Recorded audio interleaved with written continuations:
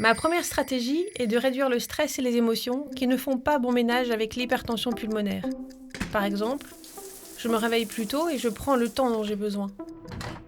Mon leitmotiv, c'est un jour à la fois sans vouloir trop en faire. J'essaie d'anticiper les situations compliquées.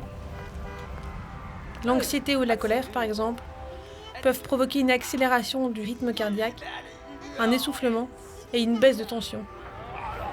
Avec l'hypertension pulmonaire, il faut éviter les efforts physiques intenses qui peuvent provoquer un arrêt cardiaque. J'évite alors les endroits avec des escaliers et j'anticipe mes déplacements. Et c'est compliqué parce que des escaliers, il y en a partout. Avant, j'adorais mon boulot. Je courais partout. Je n'avais jamais assez de temps. J'étais rassurée de voir mon agenda rempli. Aujourd'hui, je priorise. Je suis heureuse de voir mon agenda presque vide. Ça me rassure. Pour cela, j'ai divisé mes journées en 3 tiers-temps. Le premier tiers-temps pour l'association de patients. Un second tiers-temps pour la vie professionnelle. Et mon 3e tiers-temps, c'est le canapé. Alors oui, ma vie a complètement changé, c'est vrai. J'apprends à profiter des jours avec et à accepter les jours sans, qui ne sont pas faciles, et parfois il y en a beaucoup. Réduire le stress, c'est aussi profiter des bons moments. Faire ce qu'on a envie de faire sans avoir à se justifier.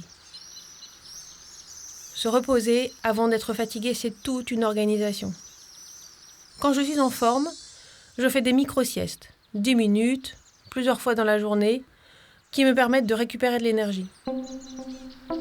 Mieux manger pour mieux vivre. Il faut privilégier la qualité et la variété plutôt que la quantité, car manger trop fatigue le cœur. Cela me permet de me sentir mieux et aux médicaments d'être plus efficace. J'ai aussi réappris à respirer. Il faut remplir ses poumons totalement plusieurs fois par jour, car ça permet de se déstresser et surtout de mieux oxygéner le sang. Certains chantent ou jouent de la clarinette ou du saxophone. Moi, je fais des bulles. Mon outil est constitué de 2 tubes, un dans l'eau et l'autre au-dessus. Ceci me permet de faire des bulles en me chronométrant et ainsi d'augmenter ma capacité respiratoire. Aussi, j'y ajoute également une goutte d'huile essentielle afin de profiter des bienfaits de l'aromathérapie. Moi, j'ai découvert la méthode Pilates, un mélange de yoga, de gym et de danse qui se pratique au sol, axé sur la respiration, sur les abdominaux. Ça permet de travailler la respiration, de renforcer les muscles et d'affiner la silhouette. J'ai retrouvé de la souplesse et c'est bon pour le moral. La vaccination contre la grippe et le pneumocoque est fortement conseillée en cas d'hypertension pulmonaire. 1 fois par an pour la grippe, et contre le pneumocoque, c'est un rappel tous les 5 ans. Et pour les médicaments, ce n'est pas facile de les avaler tous les jours, lorsque l'on sait que ce n'est pas pour être guéri, mais plutôt pour se maintenir, vivre un peu mieux au quotidien. À chaque nouveau traitement, je sais qu'il faut laisser du temps aux médicaments, afin que les effets secondaires s'estompent. En parallèle de mes traitements conventionnels, j'ai découvert des médecines complémentaires qui m'aident. Je me suis tournée vers un naturopathe qui m'a donné des conseils pour améliorer ma qualité de vie. Vers l'acupuncture qui diminue les effets secondaires des médicaments, ou encore, et ça j'adore, les massages qui me redonnent de l'énergie. C'est une approche de la médecine globale qui soigne à la fois le corps et l'esprit.